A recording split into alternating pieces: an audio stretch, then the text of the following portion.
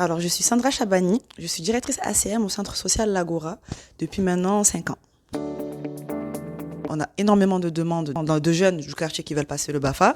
On ne savait pas pourquoi ils voulaient le passer. Et des fois, ils venaient, ils osaient pas se lâcher.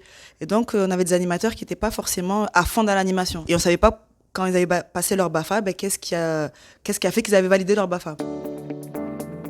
Parce que nous, on a souvent besoin d'animateurs qui sachent proposer une animation. Lorsqu'il manque, admettons, ils vont en sortie, et finalement, la sortie, elle est annulée pour X raisons, les enfants, ils vont pas rester à rien faire. Il faut que je me lève, je propose une animation avec rien. Et c'est vrai que souvent, les jeunes d'aujourd'hui, ils ont besoin de matériel. Et moi-même, quand j'avais des stagiaires, j'arrivais pas forcément à bien les accompagner. Et du coup, je me suis dit, pourquoi pas essayer d'avoir un suivi général d'un animateur lorsqu'il passe son BAFA.